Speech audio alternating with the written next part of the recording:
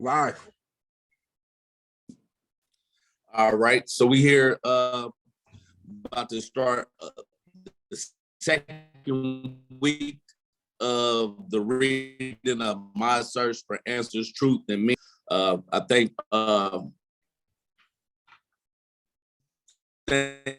everyone that tuned in last week. We had a nice group of individuals that showed up for it, and keep this educating the Second Rainbow Coalition, because this is about developing us internally as a coalition. So with that said, we want to start off with the statement of unity, Shamako.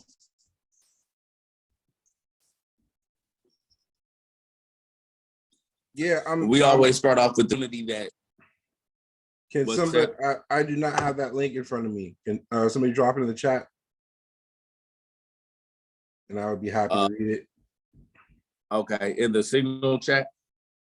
Either the Signal chat or the Zoom chat. Either one's fine. I got them both up. Okay. I have it in front of me too.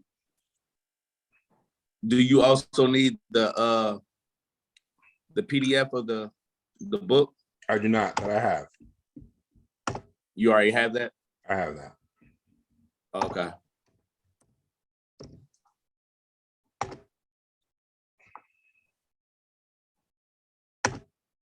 Okay, I just sent the statement of unity. Got it. But I can start reading it right now since I got it right on my screen. And you can just put it up whenever you screen share it. Got it. All right, so the preface of the Statement of Unity for the Second Rainbow Coalition, I'm about to start reading it. It says, the U.S. was founded as a colonial settler state. Oh, you know what?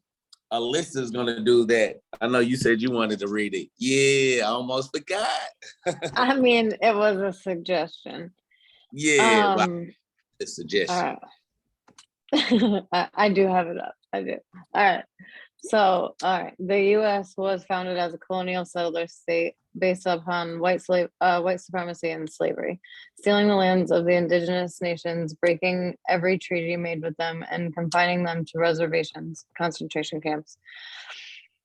As the country became more powerful, the eagle sunk its claws into other nations, making war on Mexico and grabbing its northern territory, invading Cuba, Puerto Rico, Hawaii, and the Philippines, and either annexing them outright or making them colonies or neo-colonies. And in the 20th century, it became the major imperialist power in the world, exploiting both the people within its boundaries and those in every other country, bullying them with military interventions and robbing them of their right to self-determination. As Huey P. Newton stated, we have two enemies to fight, racism and capitalism. Between the two, capitalism is primary. Racism is a byproduct of capitalism. The working people of the world of every ethnicity or nationality face a common enemy that is destroying life on Earth. Our enemy is a small ruling class of property owners controlling most of the world's wealth and resources. We must have our basic needs met to live a good and meaningful life. Food, shelter, healthcare, education, freedom from oppression by the state, and peace with other nations. To obtain these essential things for life, we must have the power to see to it that the abundance is available. To obtain these essential things for life, we must have the power to see to it that the abundance that is available is shared equitably. The Statement of Unity for the Second Rainbow Coalition. The legacy of the First Rainbow Coalition dates back to its founding, April 4th, 1969, by the original Black Panther Party, original Young Lords, and Young Patriots organization. A number of other organizations joined this coalition not too long afterwards, such as the American Indian Movement, Brown Berets, Rising Up Angry, the Red Guards, and others.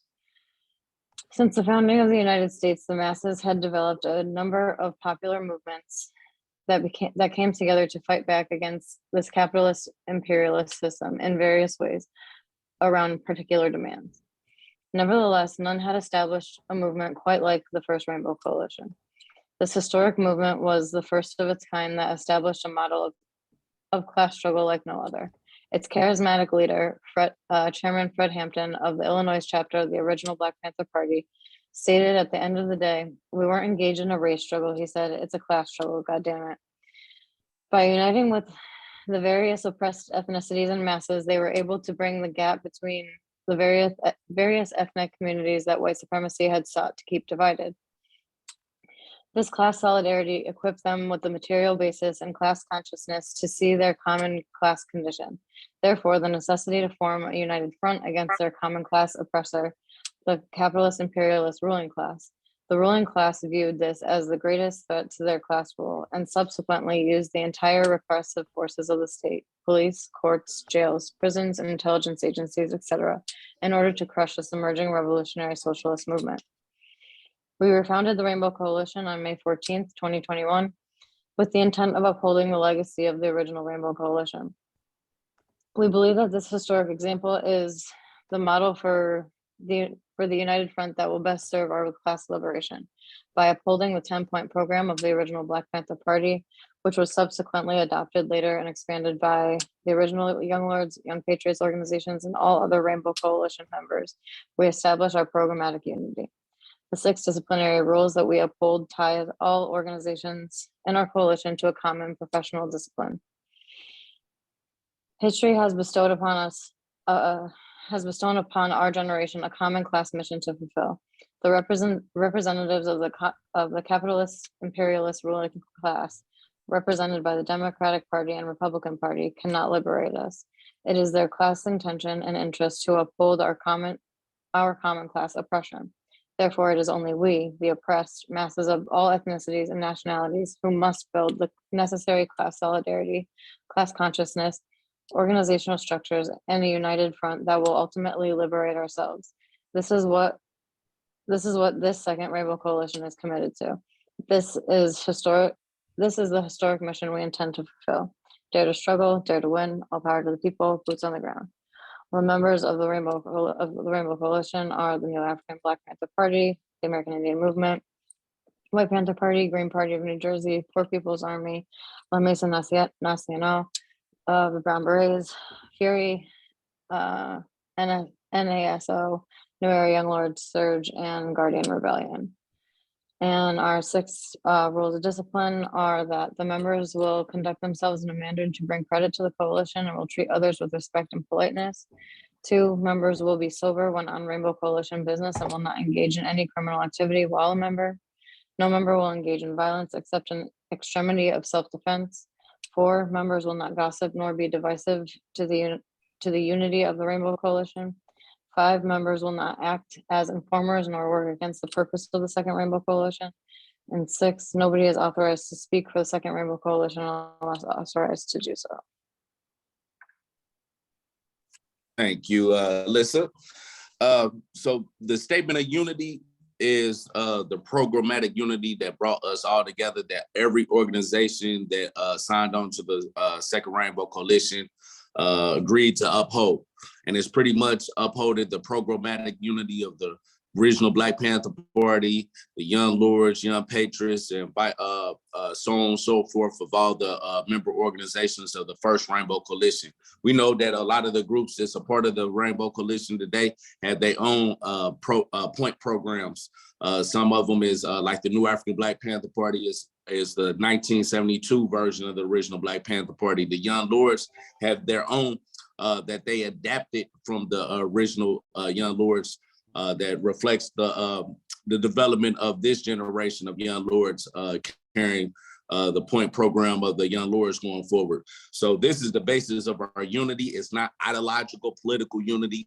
There's differences amongst different groups on a host of issues, but realistically, when we come around issues, organized around issues that affects all of us, like ending police brutality, you dig what I'm saying? Healthcare, education, stuff like this. This is something that everyone can agree with. You dig what I'm saying? And this is how we unite our groups and forward this struggle going forward with all the members of the Rainbow Coalition as we attack some of these social contradictions in our different regions. You might want to get the new statement of unity. We had a vote a few weeks ago about some of the groups that's part of the Rainbow Coalition. So probably get that one, Alyssa, the one that I just put in a group chat. That's the up-to-date one. But Yeah, everything you said as is soon as I read it, I was like, oh, that's not right. But I wasn't sure if I was yeah, supposed to say that yet or not. yeah, you fine. So we're gonna get to the actual reading. This is chapter 3, School 42. This is when I started my grade school years and stuff. So we about to jump into that part. I think it's gonna be a lot of good discussions that come out of this because it was different analysis that I was making in there of what I was reflecting on, looking back in retrospect as well. So, all right.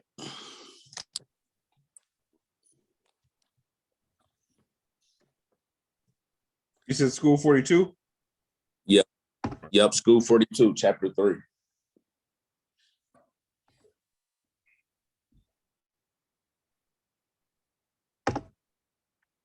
There you go.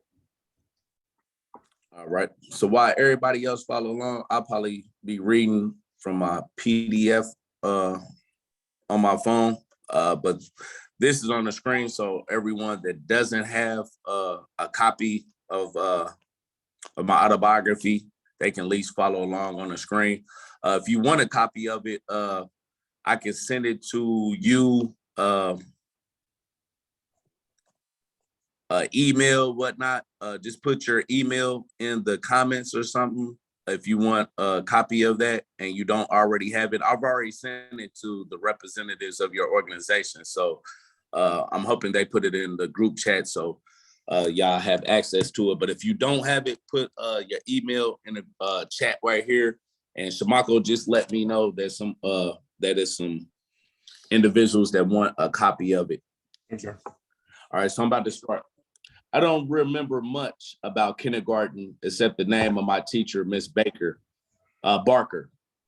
I said, yeah, supposed to be Miss Barker. My teacher, Miss Barker, and what I wore on my first day at school, a brown sweater with red, yellow stripes on the front, and a pair of brown corduroy pants and some blue Pro Wings. Now, I wasn't into fashion and trying to keep up with the Joneses at this age, but I did think I was the shit coming to school with my new blue Pro Wings. While everyone else had to tie their shoes, my Pro Wings could be tied or untied with the pull of a Velcro strap. I think I was the only one in my kindergarten class who had this feature, and I was proud of it. My first grade class, I have the most memories of. That's where my infatuation and crushes with girls and women first soared. No one had to tell me I was strictly heterosexual or should appreciate the wide gamut of beauty in the female counterpart of my species. I had known that about myself at a very young age. I just started exploring that in full earnest by the time I entered Miss Mevy's class. I'm not sure how long Miss Mevy had been working at School 42 by the time I became one of her students, but she had the knack for teaching young kids. It was the way that she related to us that made her very likable and nurturing to us. I had a very curious mind, so learning math, spelling, everything they taught you in the first grade came easy. I just had a hard time doing that without standing out to my teachers. I wouldn't say that I wouldn't say I had a behavior problem or anything. I was just a very outgoing kid that was comfortable being a kid around other kids and adults. My problem with modern day education is that they try to classify everything away as ADHD and get as many kids as they can hooked on medications at an early age. I think that's ridiculous. Some kids are extroverted, and will demonstrate that in all kinds of ways. That's why we refer to them as kids and not as adults. Capitalism has taken advantage of that development in public schools by marrying together the pharmaceutical companies with public education.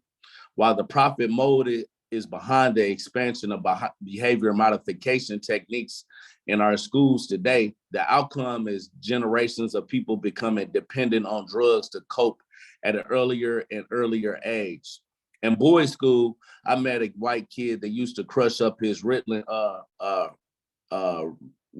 pills and snort them to get high. He told me that his addiction had started not too long after the school diagnosed him with ADHD and started to make him take Ritalin.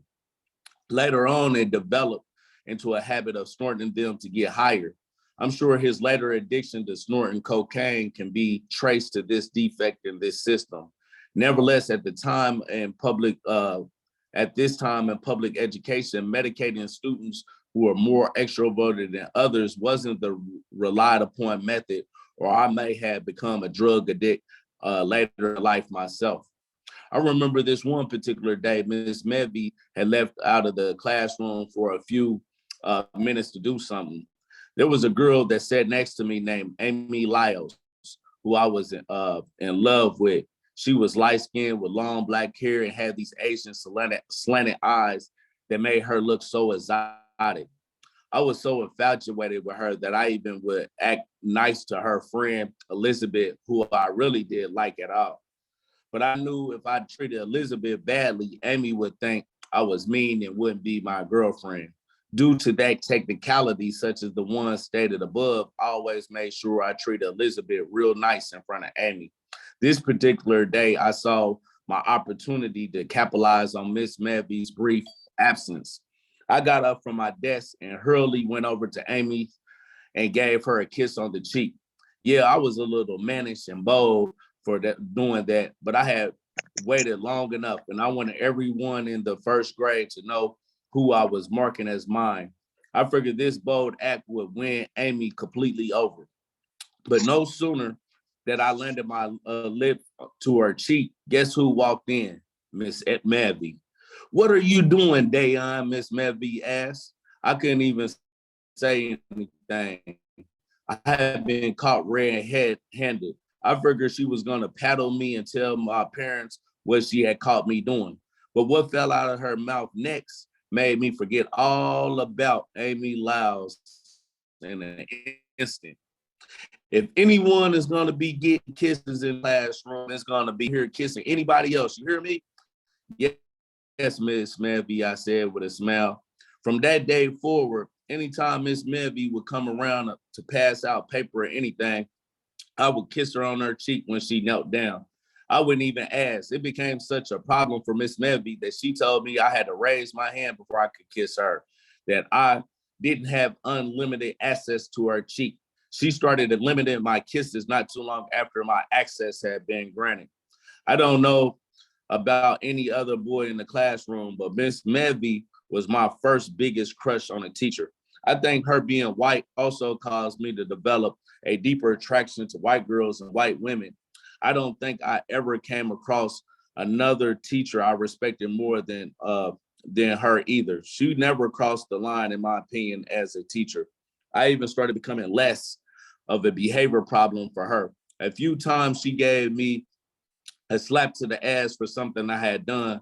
Back in the 80s, they would still paddle kids at school. She never paddled me that I can remember, but she was a true disciplinarian. If I knew I had disappointed her or acted out in a way that she clearly didn't like, all she had to do was give me that look. That's the only person I remember who could keep me in line without having to do too much. She knew I had a crush on her. While she would allow me to give her an innocent kiss on her cheek occasionally, she knew that innocent quid pro quo would capture my youthful attention long enough to learn what she was trying to teach us. She knew I would respond to being shamed or disappointed by her a lot more effectively than being whipped or scolded. Today's public schools system would have probably medicated me. Instead, she creatively kept many of us in line by understanding what made each of us tick as individuals. The only other moment that really sticks out in my mind when I was in Miss Mevy class was when Officer Friendly came to our school to talk to our class.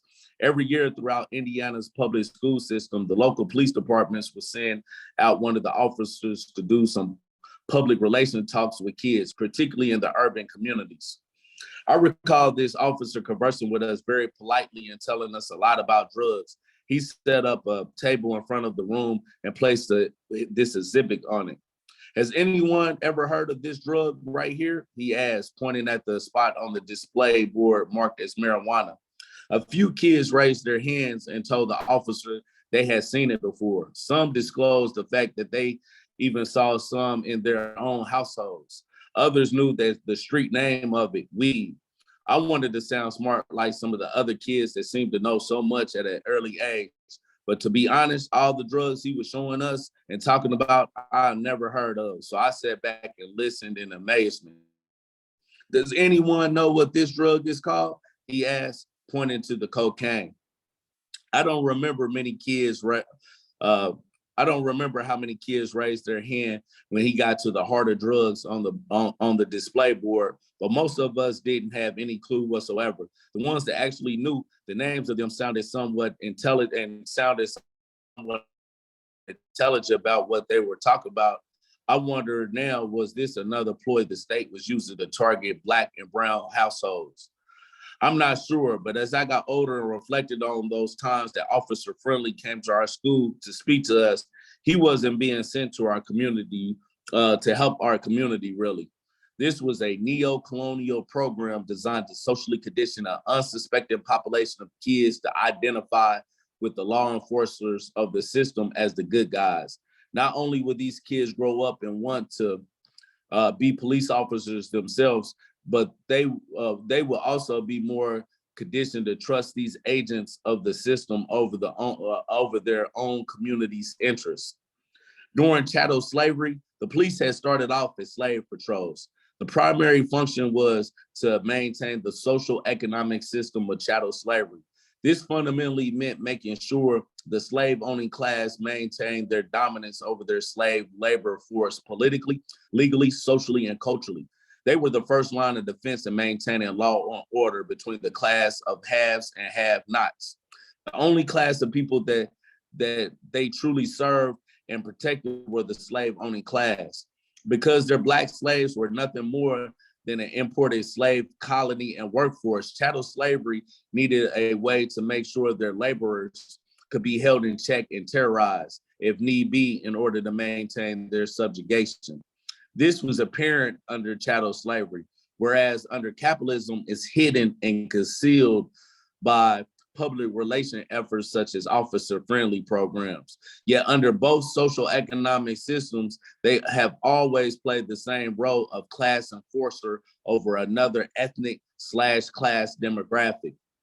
When we witness over 1,000 people by conservative numbers are killed by the police every year, yet less than 1% are ever charged with any crime, no matter the circumstances involved. What is hidden about this system's use of the police become all the more apparent. When the US population makes up nearly 5% of the world's population, but beholds nearly 25% of the world's prison population, what is disguised by this system becomes more visible to the educated.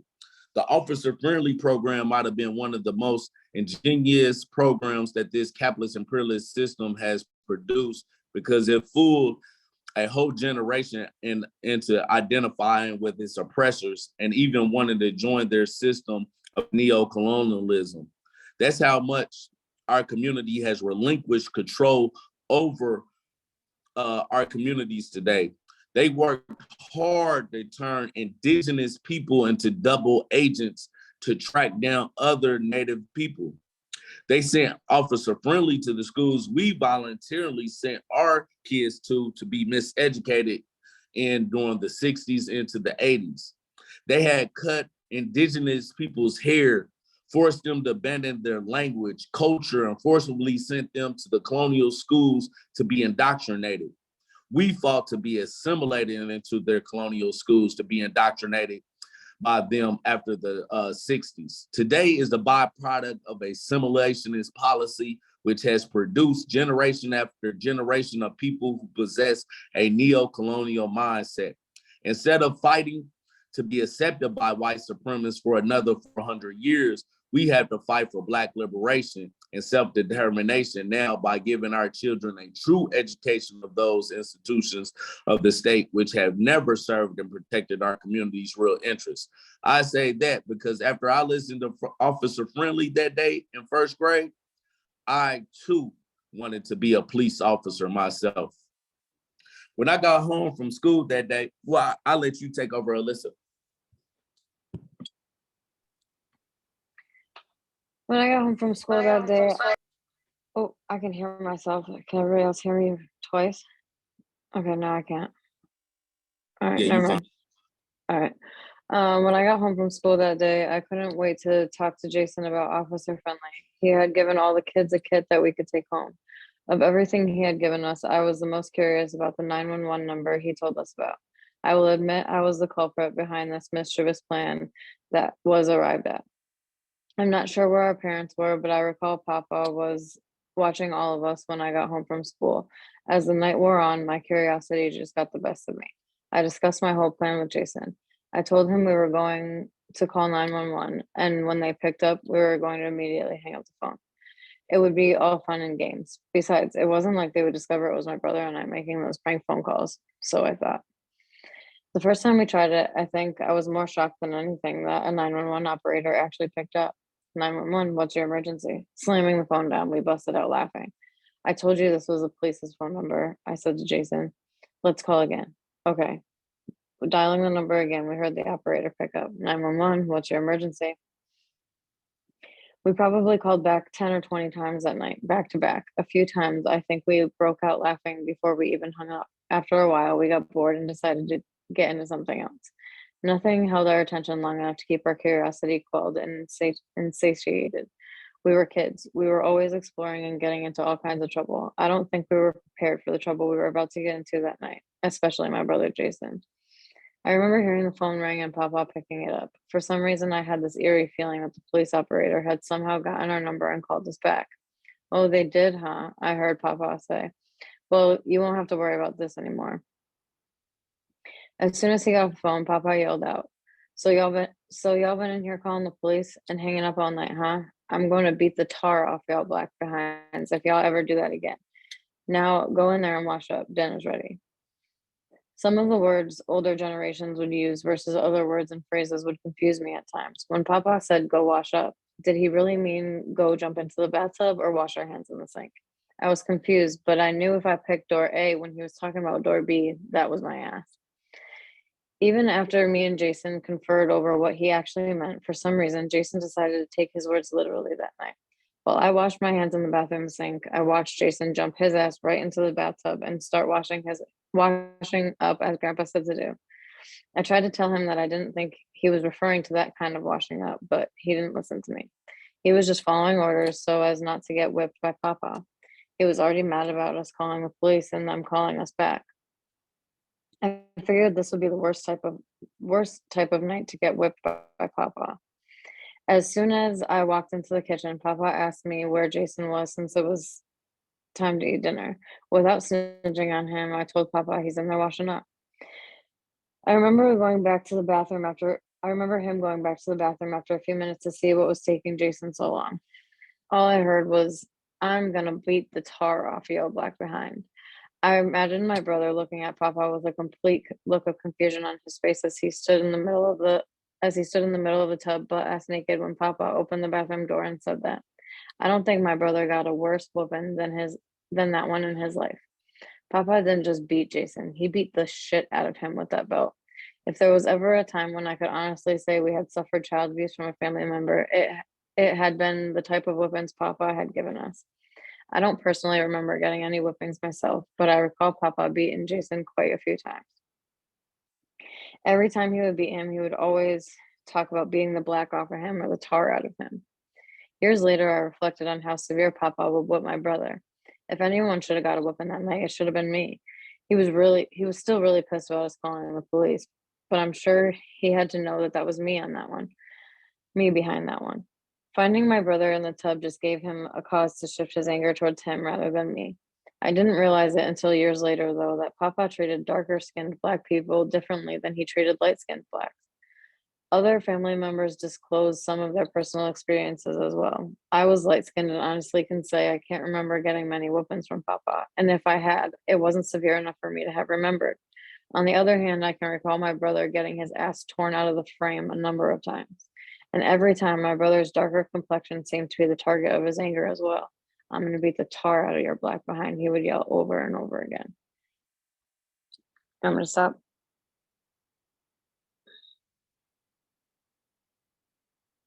Yeah, Johnny Torres. By August of '86, my mother and father have gotten a divorce. The constant arguing had taken its toll on their marriage when I went to prison years later. My mom disclosed to me that she had never truly been in love with my father. She said she did love him, but was never in love with him. She married him to move out of her father's house, and because she wanted to have sex, the fact that she was a Christian and her faith had distilled instilled in her belief that fornication Yeah, fornication. was a sin. She viewed marrying my father as a solution to her dilemma. I thought that that was the craziest thing I've ever heard when she told me that, even though I understood why and how she arrived at this particular conclusion. The way my mom um, in her Internalized. internalize her faith and her choices. She would make it throughout her life that was of the reasons why I began reanalyzing in prison. Is that how I said that? Mm-hmm. Okay. Yeah. Religion, faith, and somehow a person's belief system socially conditions them. After my father moved back in with Nana, and we started to adjust to not having our father in the same household as us. My mother began dating again. Not long afterwards, neither I nor any of my siblings was fond of the idea of my mother being with anyone else. We made sure to cock block any chance we got. This one guy, I think his name was David or something, he gave him we gave him the blues. He came over the house one evening and he and my mother sat in the living room talking.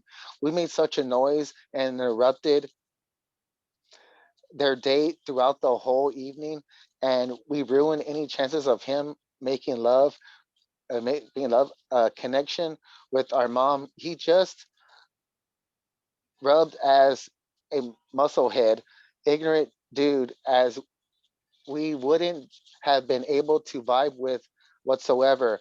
So we made sure he didn't get as far as my mom that night. We overheard him tell our mom that he liked her, but he couldn't deal with her kids. Well, good. We definitely couldn't deal with his musclehead ass. It wasn't until the following year, around the spring, that had Mr. Hayes entered the picture. He was my art teacher at school 42. One of my mother was taking me to school, and we had passed by his art room. He was standing in the doorway as we walked past. I don't know what type of '70s Superfly game he was running down my mom, but it appeared to work. Hey, Super Mom, he said. I think the screen needs to go up a little higher. Oh. After that, it was all she wrote. They ended exchanging numbers and became an item. It seemed like it was overnight too, since he was one of my favorite teachers and I always enjoyed attending his art class. I gave him a wink and the nod he needed to get past the goon squad, me, Jason, and Nikki. July of '87, he and my mom got married at our family's church, Jesus is Lord Christian Fellowship. A lot of stuff changed when my mom remarried. We entered up we ended up moving out the suburbs to the northwest side of Indianapolis. Not too long after that, we began tending Gutland. How do you spell that? Italian. Guyan Creek Guyan. Elementary. All right, Guyan Creek Elementary School. That was a big transition on so many levels for all of us, especially me. I was only 8 years old and really never thought about social classes and how differently people live due to their social class. I had grown up accustomed to living in the hood. I figured the whole world moved the same way and had paper bag monsters roaming their streets too. To school were different. At school 42, there was a roughness in the kids that had become normal to me. At Guyan Creek, all the kids seemed a lot more jolly and over nice. The streets out north didn't have bust liquored glasses scattered all on and down the sidewalk. Everything seemed nicer and more polished.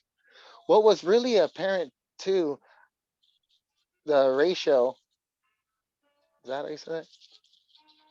Between Yeah, blacks ratio. and, okay, good. Ratio between blacks and whites and how much more middle class and black people acted on the side of town. Like I said, I never paid too much attention in class. Uh, that's the ratio. Stratification. Stratification throughout Right. Minneapolis. Even the better looking neighborhoods we passed, whatever we rode back and forth to church, didn't stand out to me. It was just a part of the background we occasionally got a glimpse of.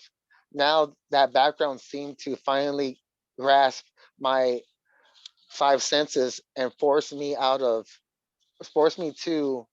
retaliate. What? Uh, Reevaluate.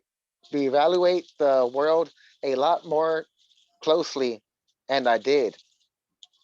Sometimes we would go and stay the weekend at Nana's house so we could spend the day, spend time with my father and grandmother. By this time, Nana had died. Our grandfather, Daddy, was still alive and stayed there, but he was still the same Daddy, a man of few words, just existing. I enjoyed spending time with my granddad and grandmother. I was still a daddy's boy, however. I had another father too now, who I was growing closer to. That predicament often put me and my siblings in a dilemma. My father was still angry and hurt over my mom's divorcing him and getting remarried. He and my grandmother would often talk about it in front of us. They may not have intended in, Intended. intended to turn us against our stepfather, but because I held my father as such high esteem. I slowly began to going back and forth between Nana's house and ours, though, made me reflect on all more deeply as it related to the difference in the neighborhoods and different sides of town. I remember looking out the window now, anytime I was going to my father's house.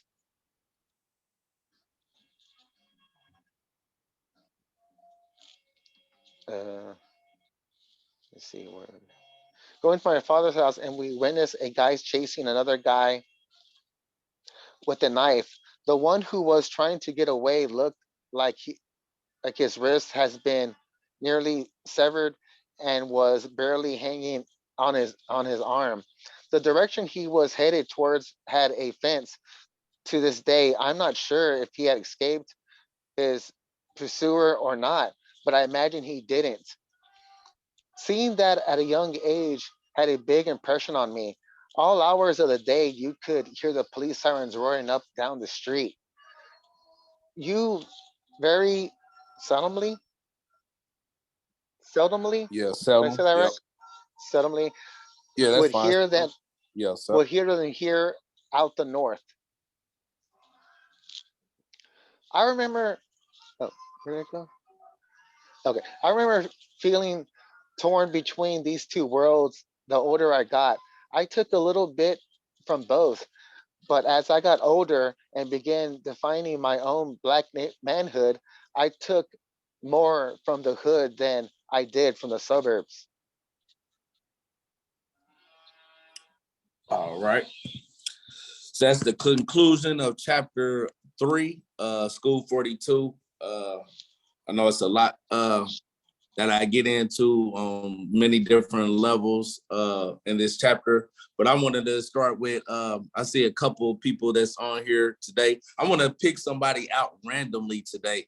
And Veronica Garcia, I want you to share your thoughts about that chapter.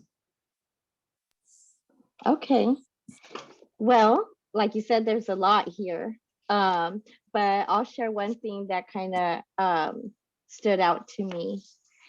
So on page, let's see here. Well, there were two things that really stood out to me more than anything, but okay, so page 40, you mentioned about the medicating of children in the schools.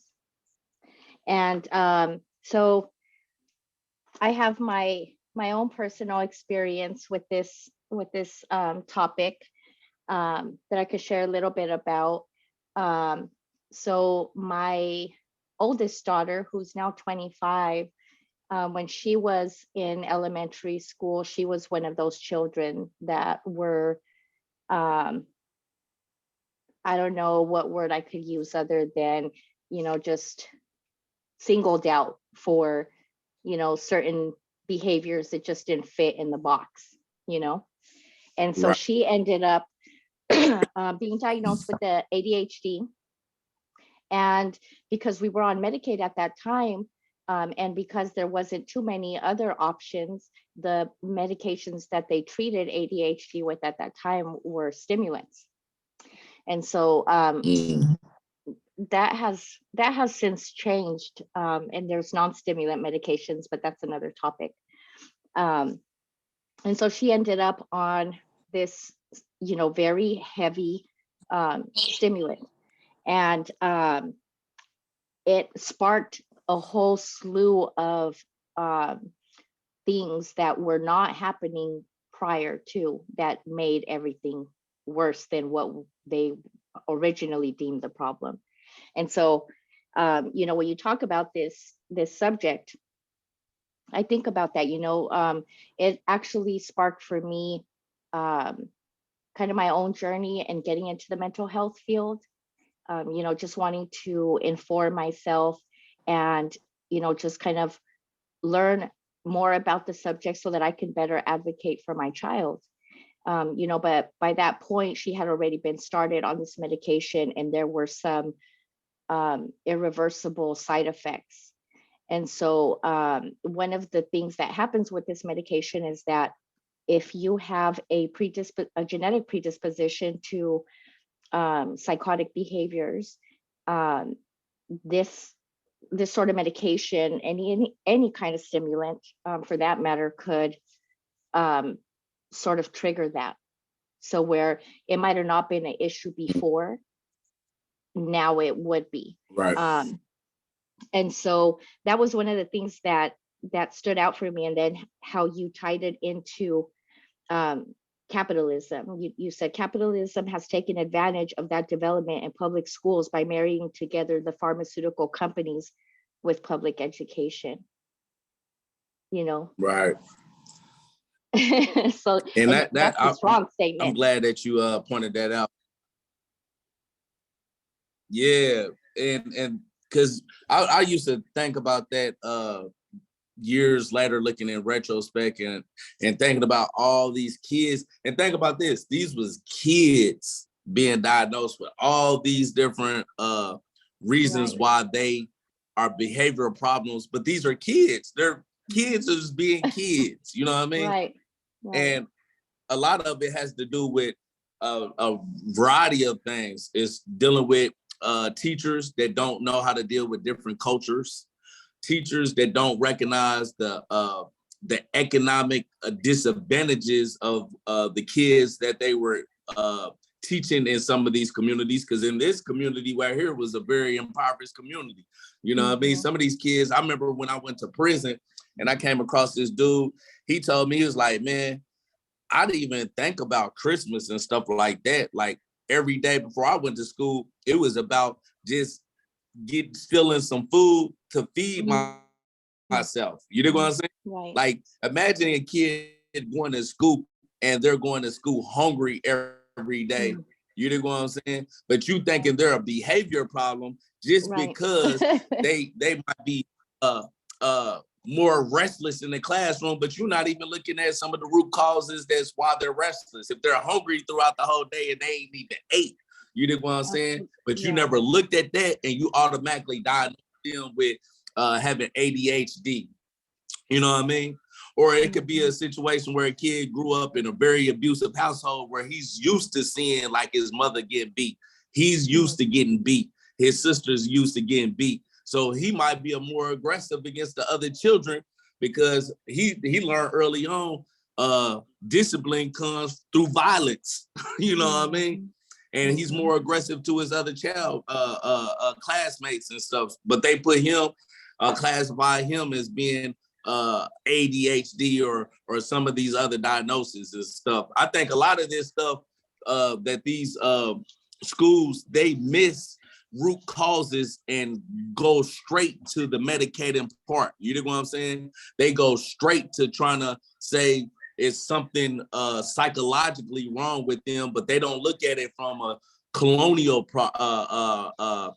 conditioning, you know what I'm saying, of the PTSD that some kids might experience early on because they live in a household where their parents was a product of the war on drugs that this government pumped in our community, and their parents is out here. Another case. I can't even imagine living in a household where my mother was a prostitute.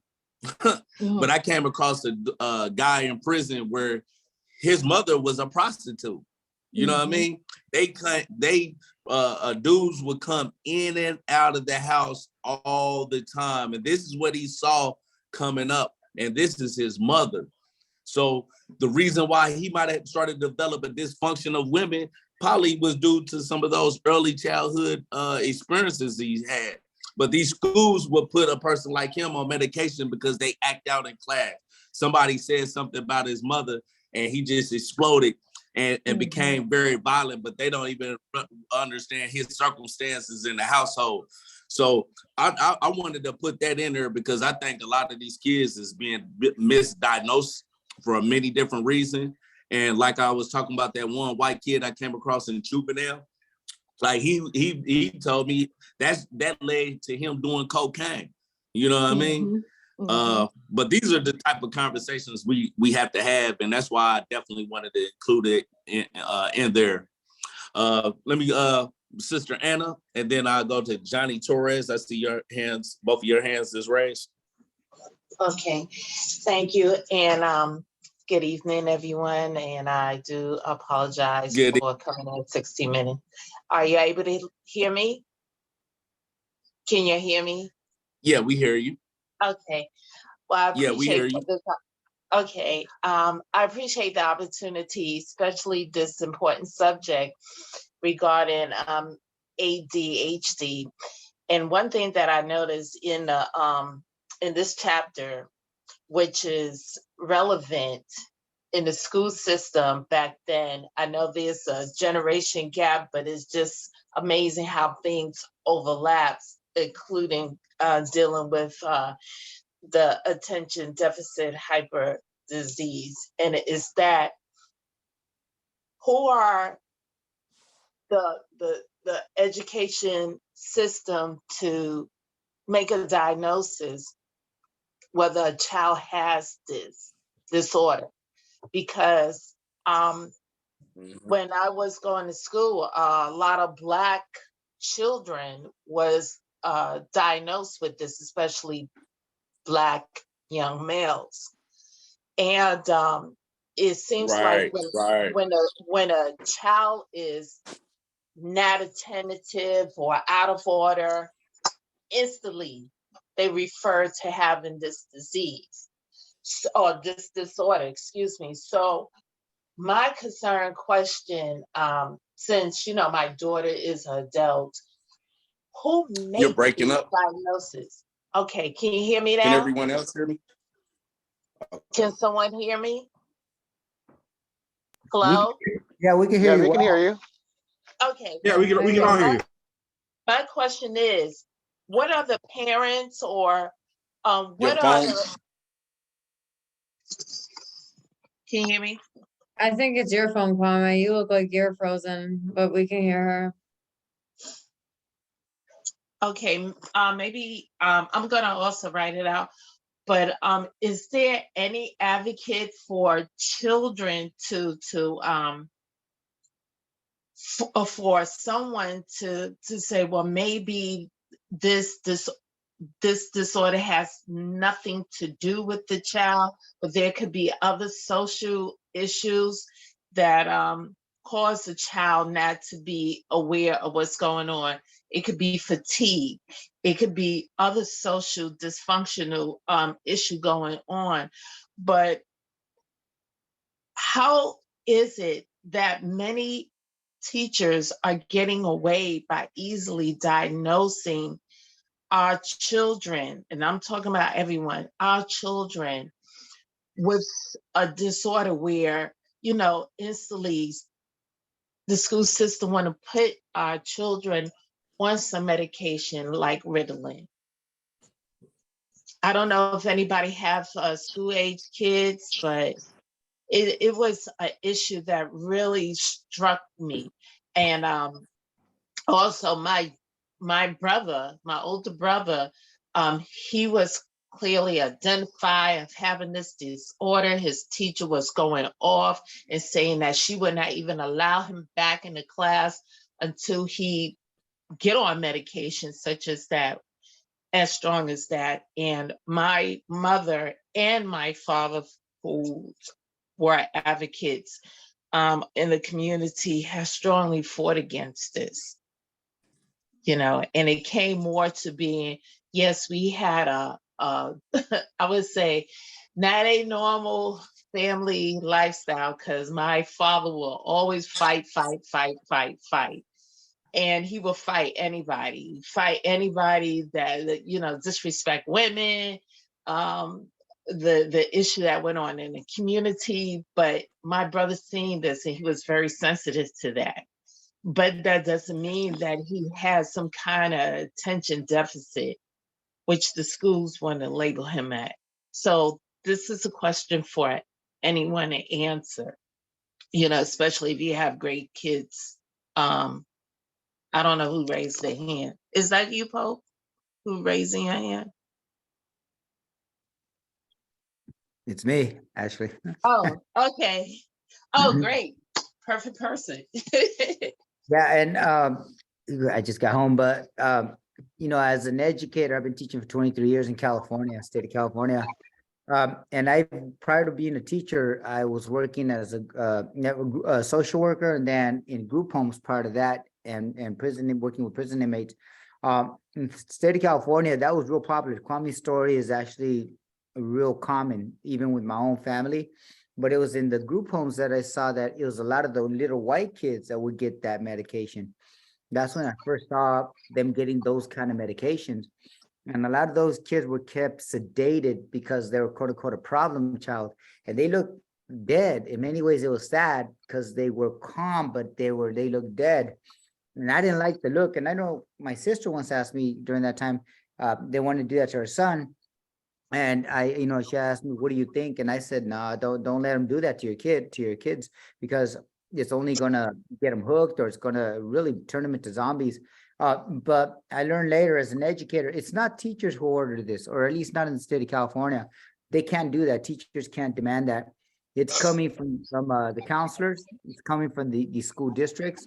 And a couple of years back, 20 years ago, I would say it was even more popular, especially with white parents. You especially saw that white parents, but it was an industry because getting their fingers during George Bush's time, getting their fingers in there, and really having a have it all for kids who had issues just medicate them. Today, that's not allowed in the state of California. Now, I say that because in your state, it may be different. Each state, according to the Constitution, states can decide how they will run their schools. Unfortunately, Kwame said that they used to spank kids.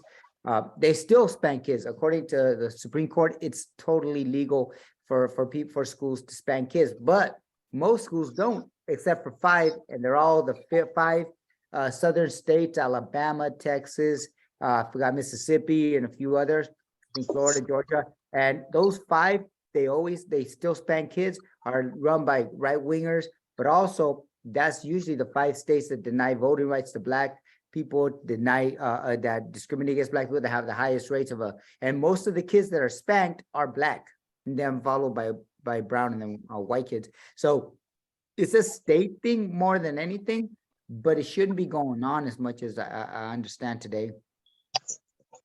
But it's a good question though. Brother, I saw Johnny Torres, he had his hand up at one point and put it down. Do you still have something you wanted to say? yes, this is a question that I also want to refer back to Brother Raphael. If the teachers during your time period, because I'm talking about a vast generation gap here, who's the one that recommend for the students to actually be seen by the counselor? And I mean, is there like a scale? Is there like,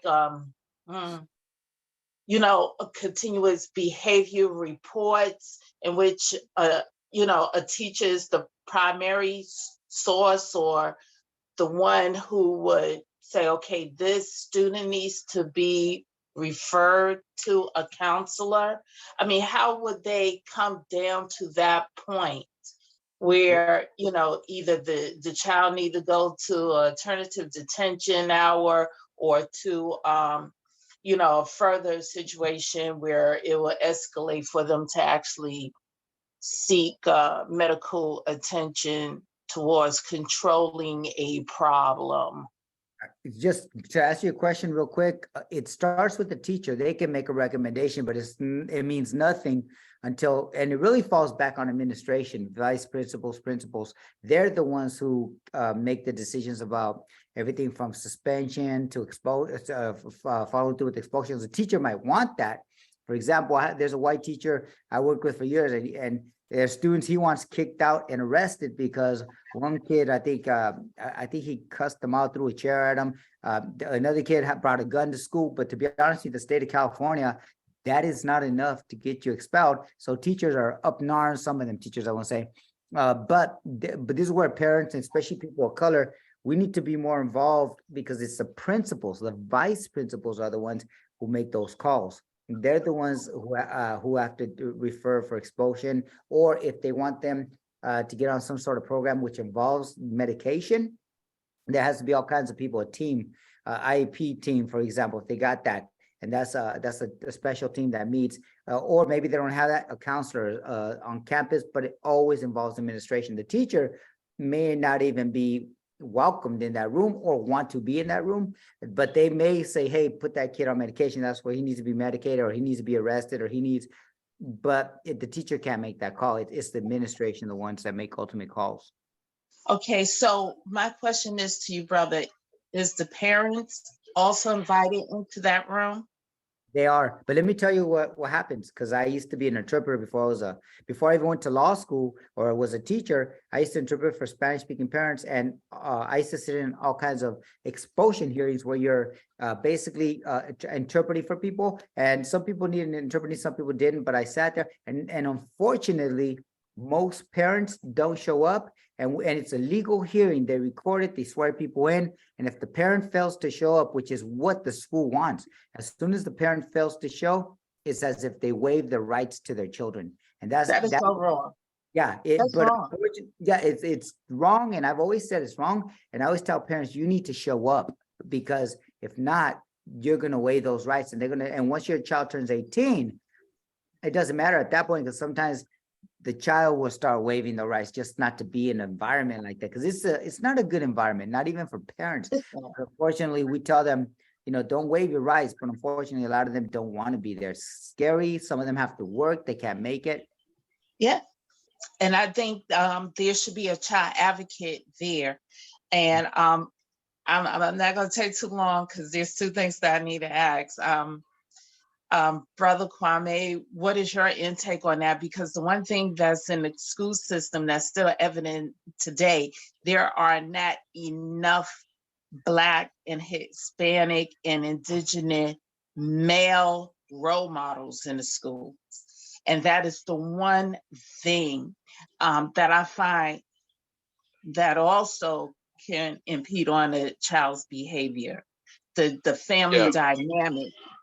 And Right. number two, if someone even offline can show me how to unblur my background, especially for tomorrow, I really appreciate it. And my final question goes to you, Brother Kwame. What was it like to find, not to find, but had to face the fact that your mother had moved on, where she ended up marrying your teacher and having another male who's not your father, now your father? Right. The first question, and I would say, I think one of the issues is that we don't have enough, and it's not necessarily male role models, but that could play a part. But I think we need more people that understand colonialism. You know what I mean? And not how psychiatry and psychology work today.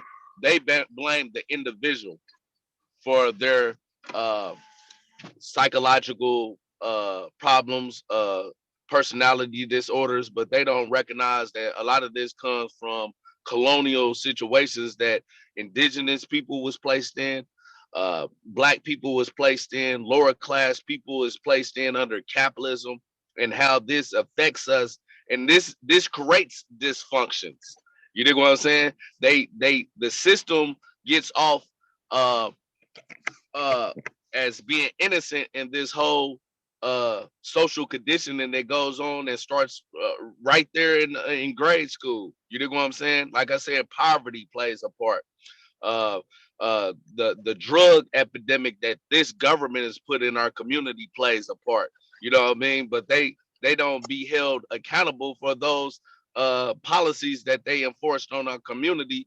But when our kids act out in a certain way, you dig, because they lack that class analysis, they lack that colonial analysis, then they get these kids hooked on drugs and stuff like that, and that's not even the root cause of the problem in the first place. Like I said, it was a kid that guy was in prison with. He stole every day before he went to school just to feed himself. Sometimes he didn't go to school if he wasn't able to steal food to feed himself, because both of his parents were strung out on drugs. You know what I mean? So that's how I look at it. I think it's not set up for us to even understand the root cause of the problem for a lot of these kids. You know what I'm saying? And I think they're being misdiagnosed, and it should be diagnosed with PTSD of colonialism. You know what I mean? Yes. But the other question you asked, and I'm gonna make it around because I know several people had their hands up, and I want to get other people involved.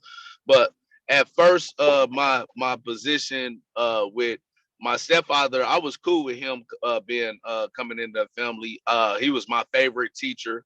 But like I said in my book, my grandmother and my father, at times, even though they might not had intended to turn us against him, and I'm giving them the benefit of the doubt. But I know my father was hurt by the divorce. You dig what I'm saying? So in time, I started to take on the role of internalizing a lot of my father's dissatisfaction with the fact that he was no longer a part of the family, the media family in that regard, and now a new man is taking up his position.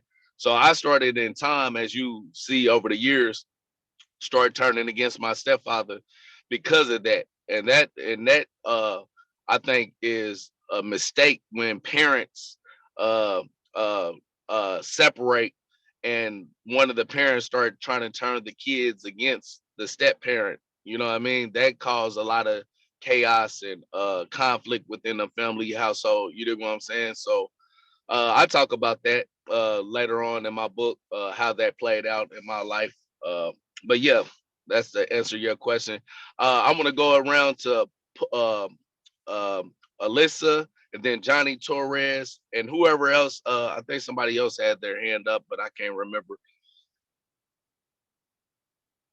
Johnny, did you have something? Because you were technically before me. Oh, yeah. I just want to talk about the officer friendly moments because we all had well, certain people had dare at their schools, but I knew something wasn't right about it. It kind of seemed like they're asking questions just to be nosy. They didn't really seem concerned. They were just trying to profile kids and family households. I felt that too. Now when I look back, growing up in the 90s and having to being in fifth grade, it's all coming back to me. And there was certain moments where I would hear a police siren all the time. I wrote this poem and I use it as a metaphor, like the police siren is our alarm clock out of this hell, and it is because we hear it all the time and it wakes us up. You're like, damn, are they here again? Are they around the neighborhood? I'm like, who are they gonna get this time? What shit's going down this time? So I think about that a lot, especially with the siren, because it's like you hear it every day. It's like a noise you can't get away from it. Wherever you go, what doesn't matter city you're gonna hear it eventually. But I definitely hear it a lot in my neighborhoods for sure. You know. Um, but I definitely noticed those things. It was like nostalgia to me with the dare and the police sirens because it was everywhere. That's all I had to say. Yeah, and I got my picture off because I'm over here trying to charge my phone so my phone don't go dead. I'm in the car charging it up because I'm not at the house. But yeah, officer friendly. When I look back in retrospect, and especially now that I have a class analysis and I understand the real role of the police, it's just ironic that like we were sending our kids to be indoctrinated with these false notions that the police was for our community. They were here to serve and protect us, but it was really indoctrinating us uh with this false understanding of the real role of the police, and it's not to serve and protect us. You know what I mean? That's why I named some of those statistics in the book, where over 1,000 of us is killed by the police every single year. And that's conservative numbers. Last year, 2022, was the highest number on record. 1,176 people that were lynched by the police. I'm currently working with this family here in Indianapolis, Herman Whitfield III, who was killed by the police here. You know what I mean? And I was pointing out a statistic at our rally the other day that between 1877 and 1950, 4,400 people were lynched. 4,400 people was lynched in a 73-year period of time. But from 2019 to 2022, 4,570 people, 4,570 people were lynched by the police. you know, but they're here to serve and protect black and brown people and lower class people. Come on, like it's ridiculous that we even in this society still uphold this as being an institution that's here to serve and protect us. Let's be clear about it. The role of the police is to serve and protect the capitalist class, to maintain their power, to carry out policies of genocide on our people, to carry out the new Jim Crow, like Michelle Alexander talked about in her book, The New Jim Crow. This is just a new form of social control, controlling different ethnic communities. You dig what I'm saying? They're occupational force in our community. They not here to serve and protect us.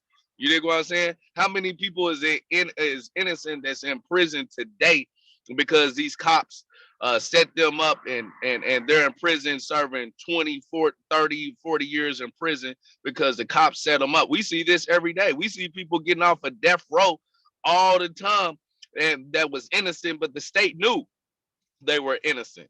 This is a policy of genocide. Let's just keep it real. You know what I mean? And this is why we have to really rethink our approach of education. And this is why I always promote liberation schools. Like we have to start to have our own schools. We can't send our kids to colonial schools and think they're going to educate our kids about their true history. Down in Texas, they want to take out slavery and replace it with involuntary relocation. What type of shit is that? You know what I mean? So when we think about these school systems, we got to look at them for what they really are. They're colonial institutions of indoctrinating our kids, giving them a colonial mentality that is a dysfunctional mentality that's not promoting their self-liberation, not this self-determination, their liberation, and also a love for their own self. You dig what I'm saying? We didn't learn about our history really when we was going to these colonial schools. They gave us the distorted white supremacist version of our history. You dig what I'm saying? So yeah, I can go on and on about that, but yeah, let me go to Lissa. All right. I wrote a few things down, but just to follow up what you were just saying about Texas, yesterday, apparently DeSantis in Florida actually did manage to take away somehow or block AP African American Studies, I believe in high school only. There's multiple different versions that I've seen, so I don't entirely quote me on it. But I believe something along the lines of it wasn't vital information was his reasoning behind it. So like it's not even being talked about, it's literally being done. Like that was done yesterday. Something that I think you started talking about, Kwame, was representation and like teachers not, well, multiple people at this point have talked about it, but teachers not understanding their students and understanding them on a personal level. Some kids are, you know, whatever, introverted, extroverted. Some kids literally don't have food. So that is literally what their problem is, quote unquote. Like, I typed it in the chat, but I can't remember. Oh yeah, Rafa wrote the same thing. In the chat, I wrote something about we had legislators and activists in the Capitol like this past week or a week or 2 weeks ago talking about like children, you know, literally saying the reason that I'm acting out is because I'm hungry, as a reason to keep free lunches and the free breakfast programs that they have had since COVID. I don't know why we would take it away now. It seems pointless. We've been doing it for 3 years, but apparently they're trying to take them away.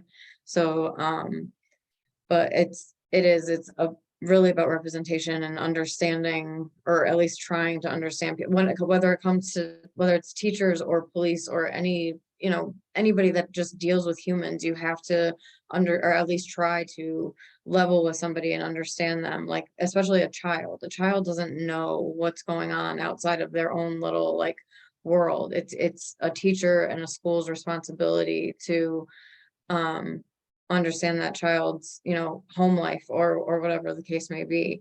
And going a little bit further into that, just in my experience, my son is going to be 15 in March.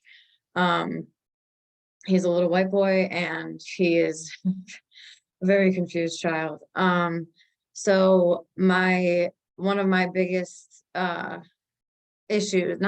but getting him into a high school was a really big struggle for me, because I was not going to allow him in a school where I was watching, well, I went to the same high school that he would be going to, but I started watching the Board of Ed stuff before and realizing how racist how much racism there still was in the town, and actually how much racism there really was, because it didn't seem as prominent to me as a kid. But I started looking up statistics, and I believe, and my numbers are going to be a little bit off, but I believe there was 2% of our teachers in 2018 in the town that I live in were teachers of color, where we had 30% of the students were students of color. So, and then I started thinking about it, and I'm 33 years old, and I've thought about it for as long as I can remember now. I cannot think of a single teacher of color that I've ever had. None.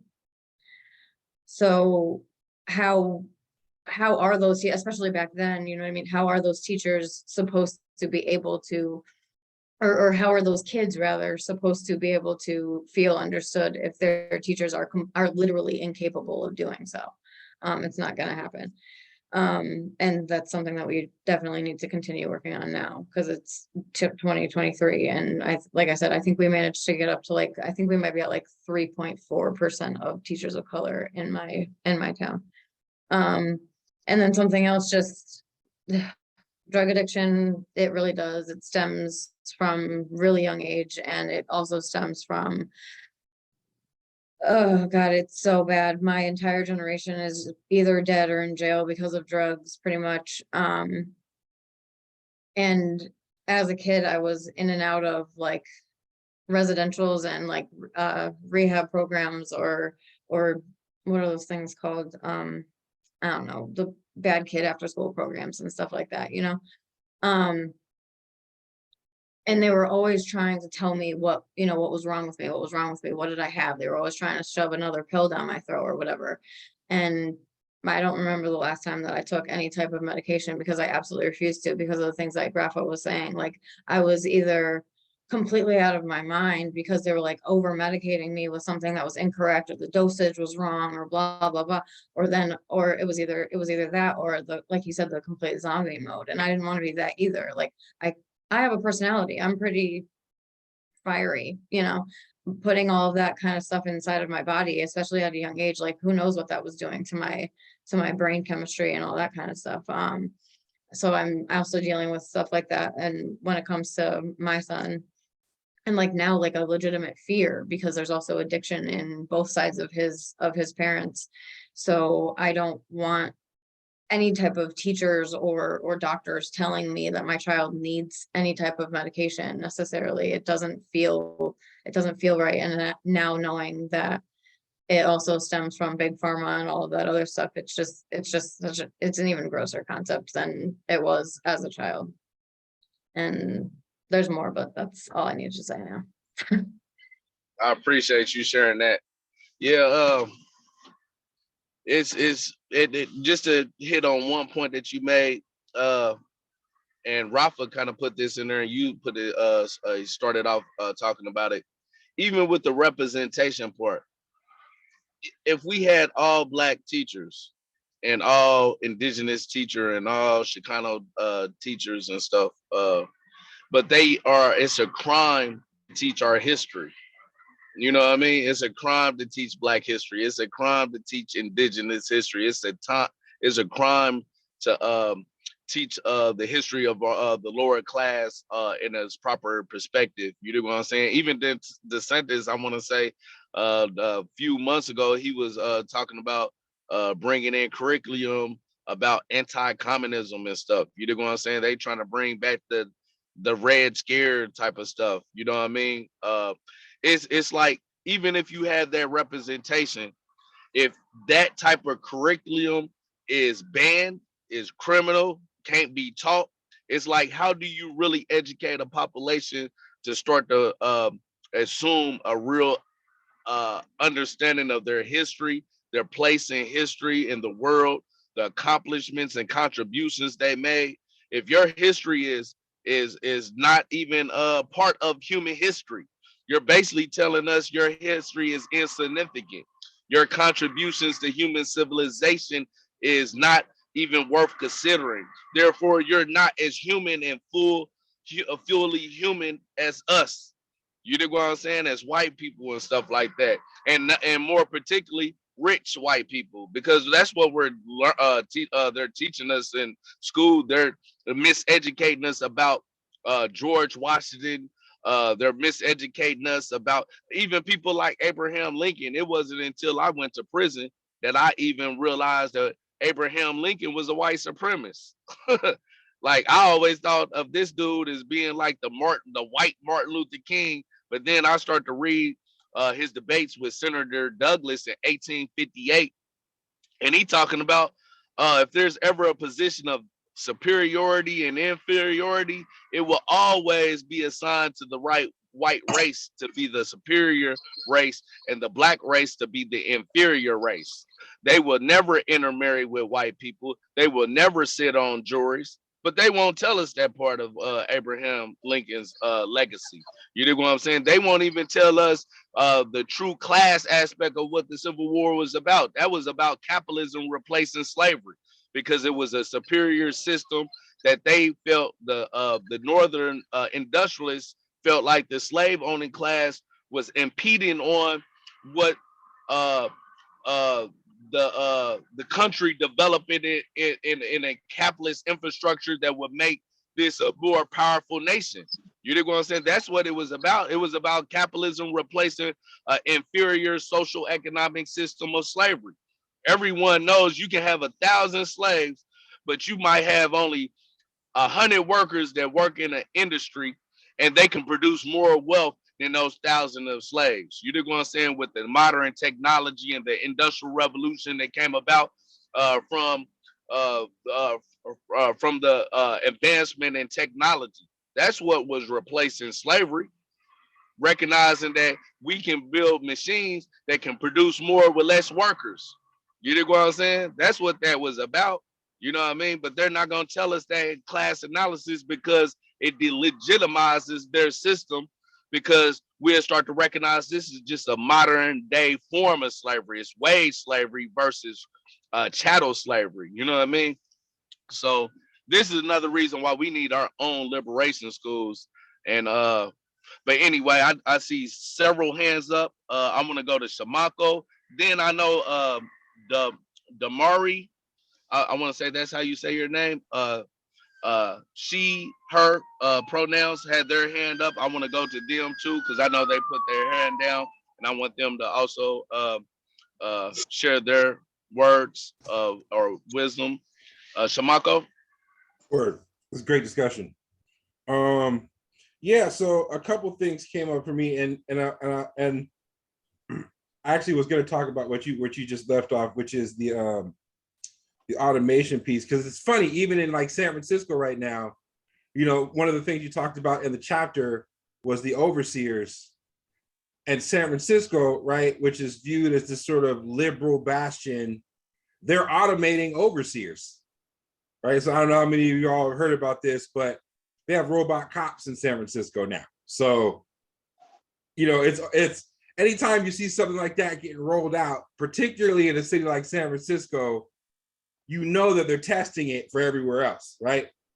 A couple of other things, and I know there's a lot of people, so I'll keep it short, that showed up for me. So I really appreciated your analysis on I'd say Black maturity or Black adulthood.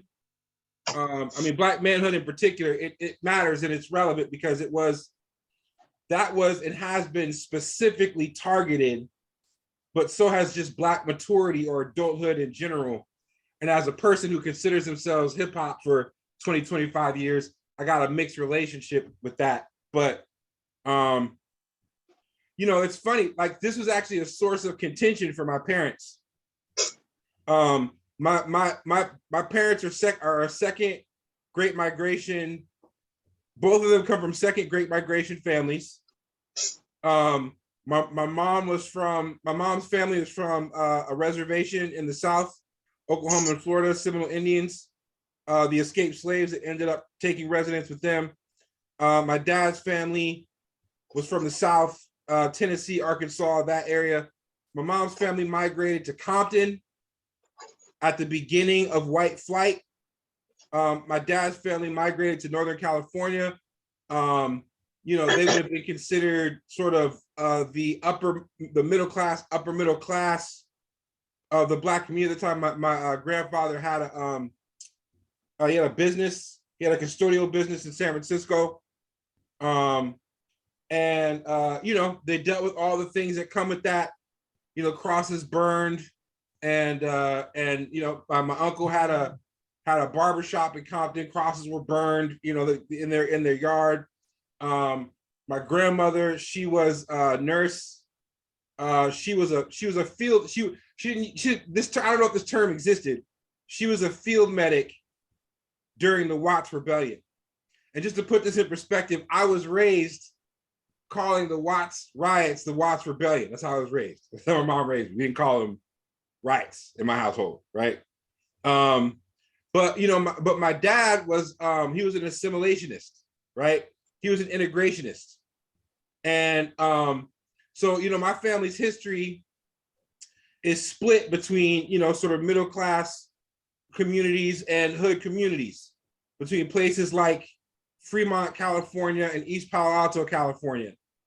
And you know, I started off saying like, it was an actual source of, you know, I talked to both of my parents about it, and I don't even think it had to be a source of contention, right?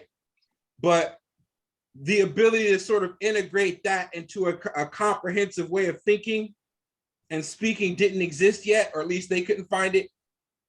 And so, you know, I mean, they have different takes on how they see this, and I get where both of them are coming from. You know, my mom felt like my dad was running away from our community.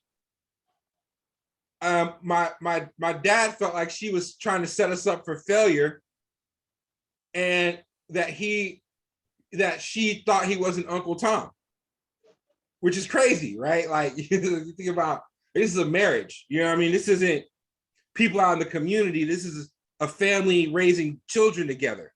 That is, and this is, you know, to your point, Kwame, this is the Black experience in America. Our family is politicized. When people say, don't bring politics into our household, politics was my household. You know what I mean? Like I was born into that. We were born into that. And it's crazy because I would say, whatever, 30 years later, it's unresolved. I don't think either of my parents is, you know, my mom is a community activist. My dad welded missiles for the government. It was never resolved. And you know, I mean, I don't know if it can be. I mean, maybe it can be in an individual. I don't know if it can be politically. I mean, I think that would be an interesting discussion. But so I really related to that topic, like, in my heart. And then one other thing I want to talk about was the abuse piece. So my dad, you know, my dad comes from the South, where the legacy of Black people getting beaten was integrated, you know, into our household. You know, it's funny. So I have two siblings. One of by the way, my sister's named Nikki. I don't know if we talked about this. Her real name is Keontae, but we call her Nikki. So I thought that was funny.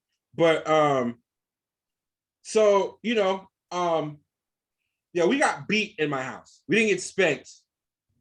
Like the beating you described in your, that was normal for us. Like we went through that all the time.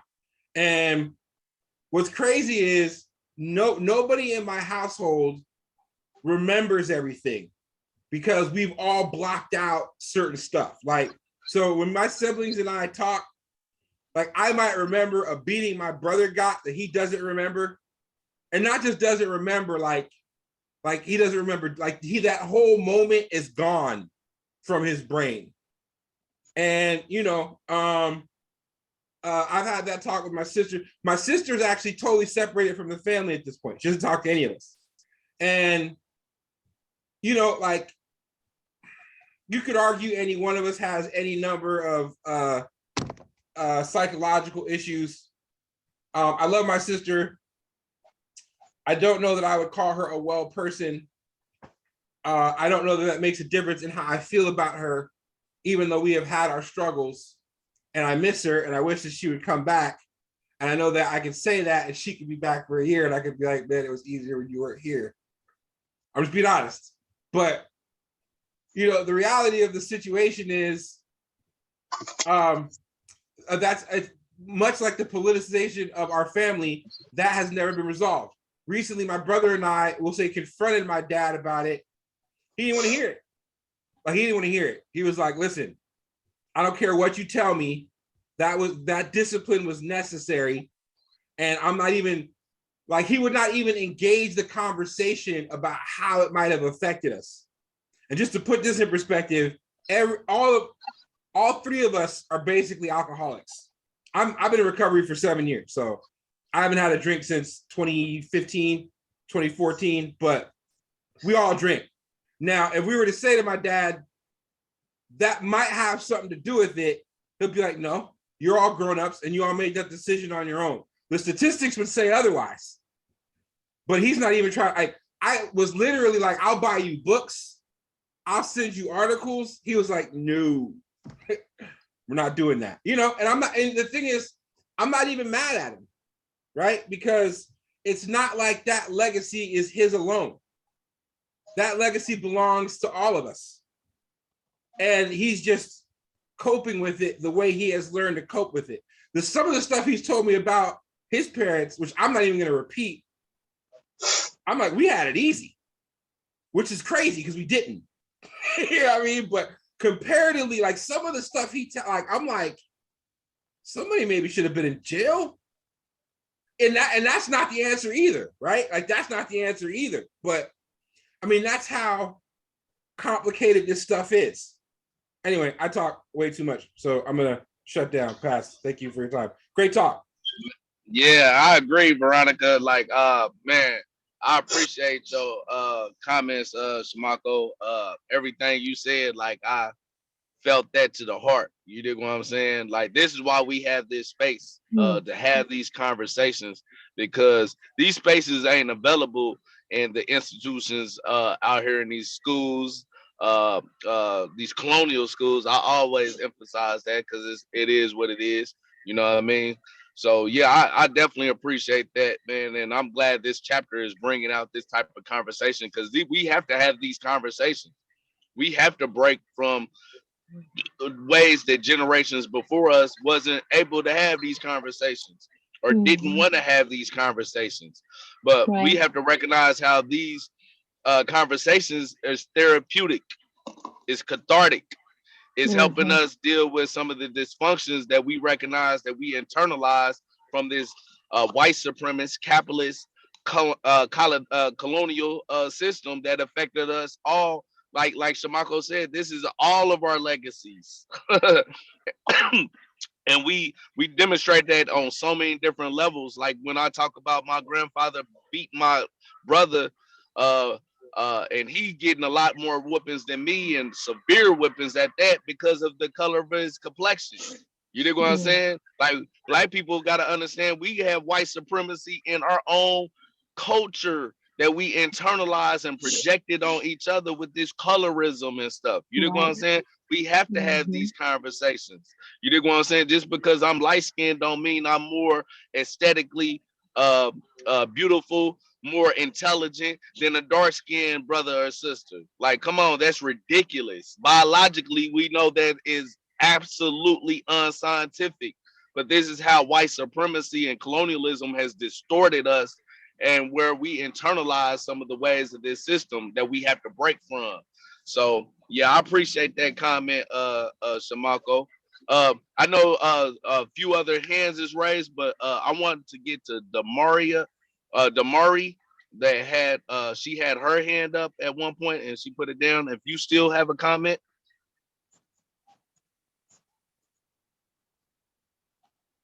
Yes, I do.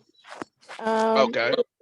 In response to Alyssa's conversation in the school, breakfast lunch program, the reason why they took it out after COVID is because they pulled the money from it.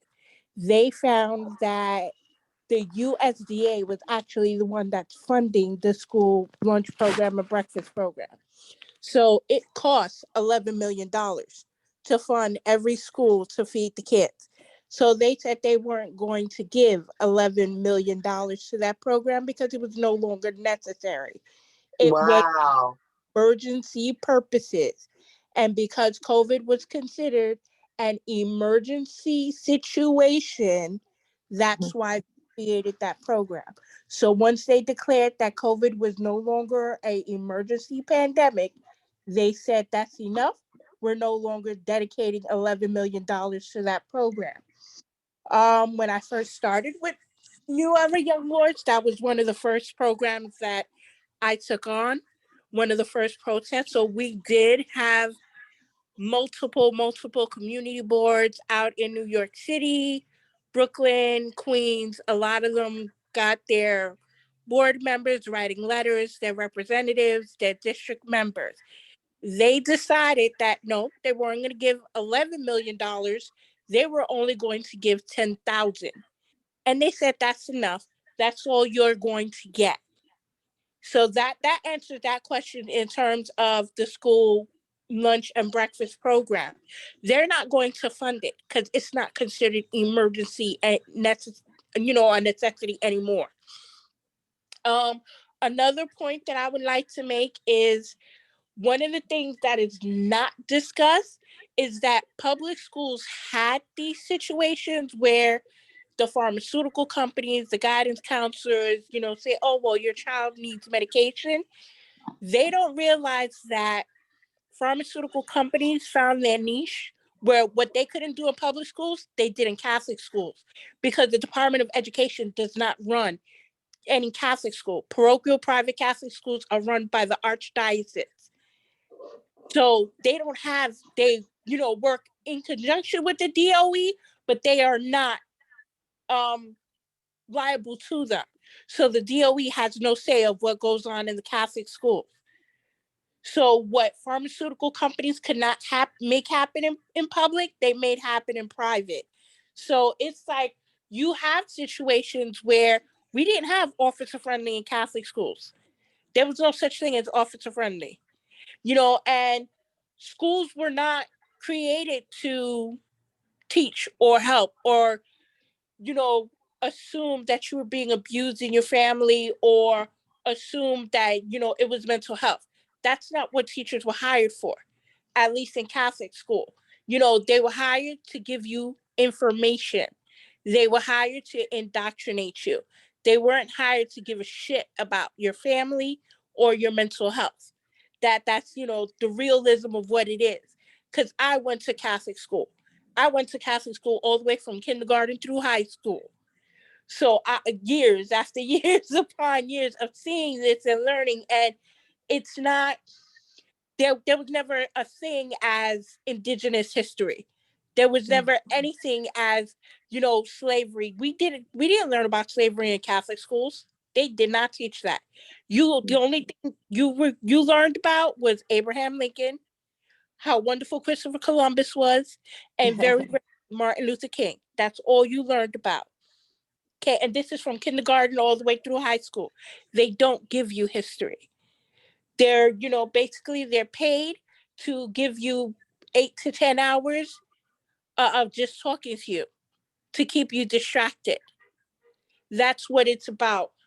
In terms of abuse in school, public schools, they got away with some of it, but not as much as Catholic schools, because Catholic schools were actually allowed to hit children.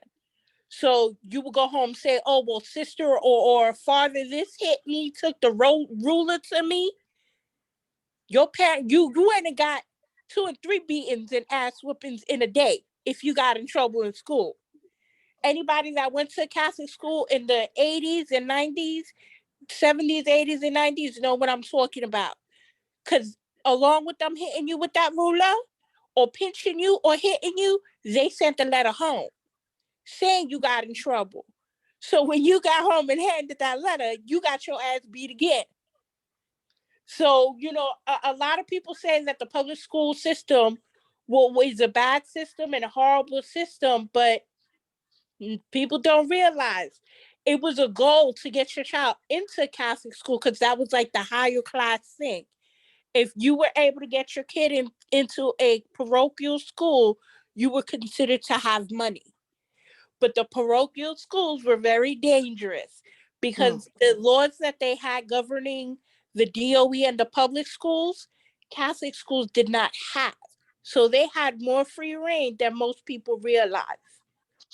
Another thing that was spoken of was that, Alyssa mentioned how, or I'm sorry if I get your name wrong, Kwame was mentioning about how the police weren't there to protect. They're there to be, control.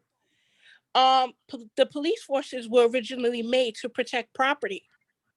They were made to protect land, homes. They weren't meant to protect people. So when they had to shift over, they weren't given. I mean, I'm not, I'm not pro police or anything like that, but they weren't given the proper training.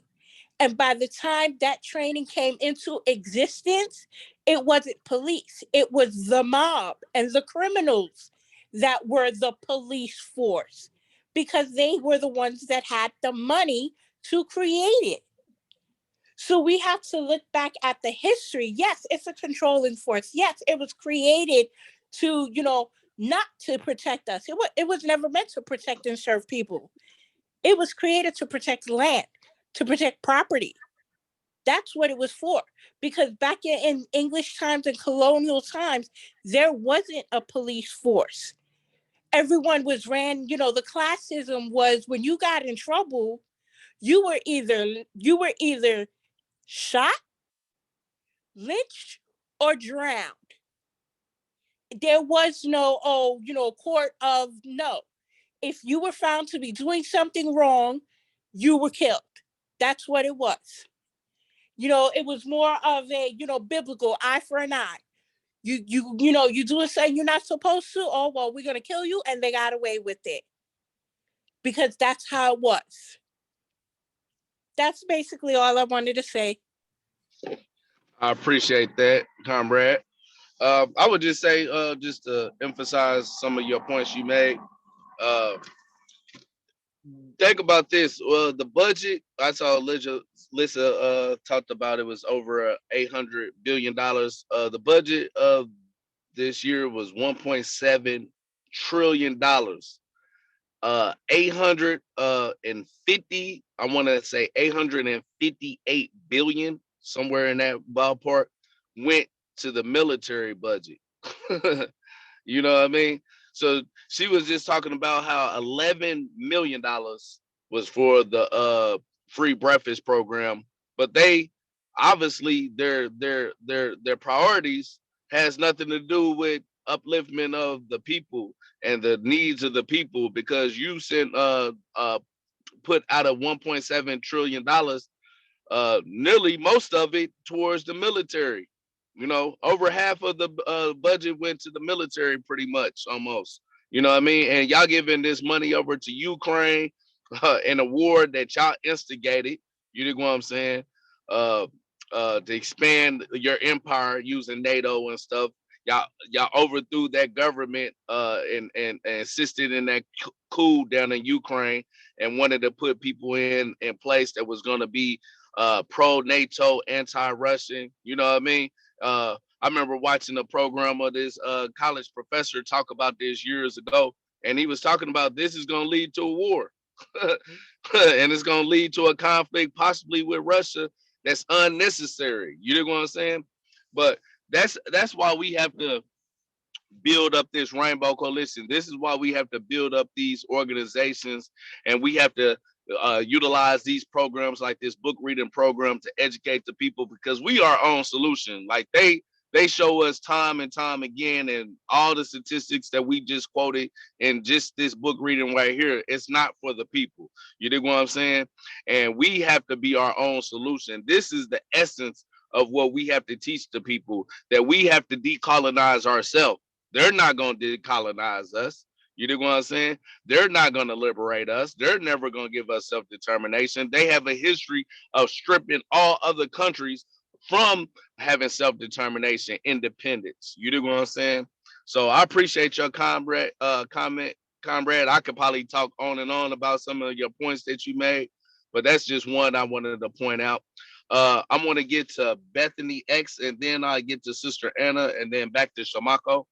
Bethany X. Yeah, I was just gonna say, back to what y'all were saying about children in schools. This was the case before the introduction of neoliberalism, but especially since the 80s and the onset of the DSM-3, that has the pathologization of human existence, but especially children, women, the workplace, has been the goal of the Association of Psychiatric Professionals. It's like, I can't remember the full name, but it's like APA or something. But whenever they created the DSM-3, they originally had homosexuality and the DSM as a mental illness. And the only reason it was removed from the DSM was at public outcry. Because whenever things are removed from the DSM, there's never like, or even added, there is almost never any actual scientific basis on anything. It is just what is the most profitable. So with the DSM-3, the goal was the pathologization to further medicalize people. So that's why we have this giant epidemic of depression and everything else right now, is because a lot of it was also a part of the goal was also to take away a lot of the very medical language and to put everything into layman's terms so that people could effectively just self-diagnose. So that's how we get to where we are now, where everyone, like we have this huge epidemic of depression, or any number of other things, because everything has been pathologized to such a degree.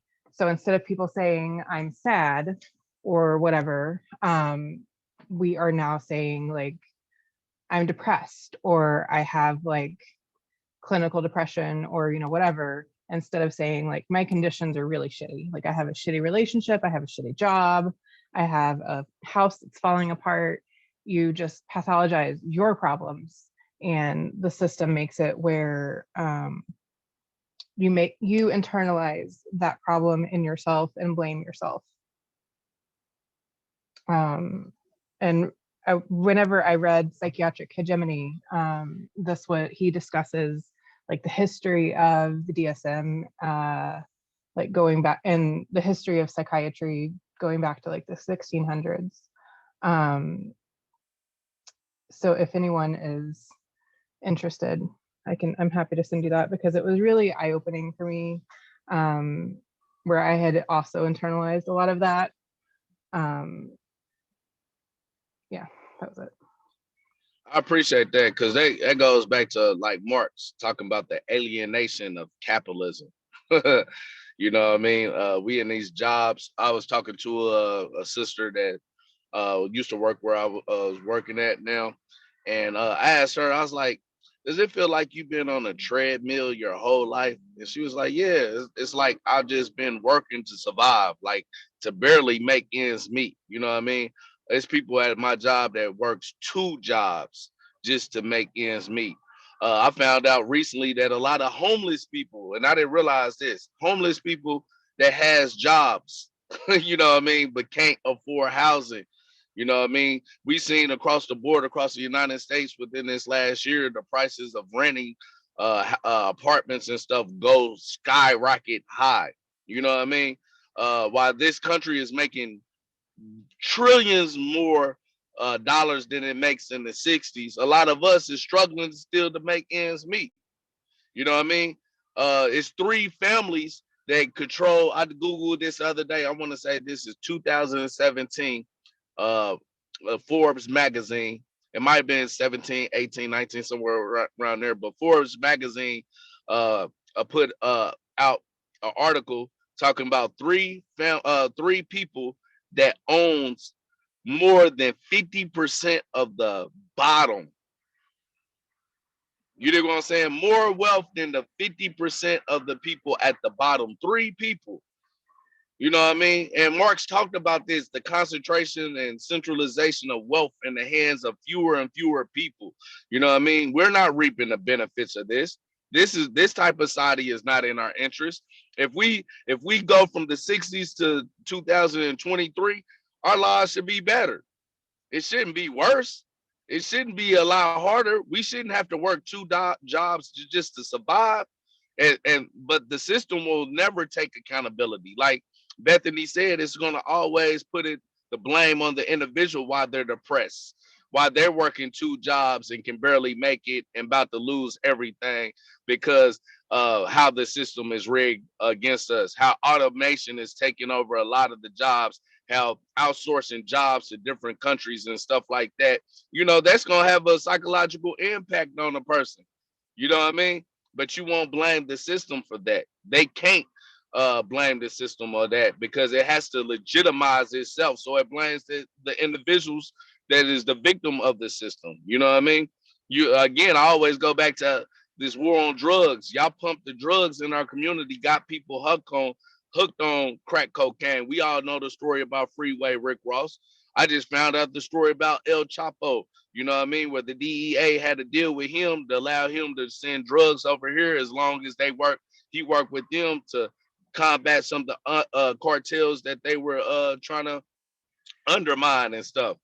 You know what I mean? But how many people is in prison? Or how many people overdose? How many people are dead? How many people's lives was ruined because of this policy of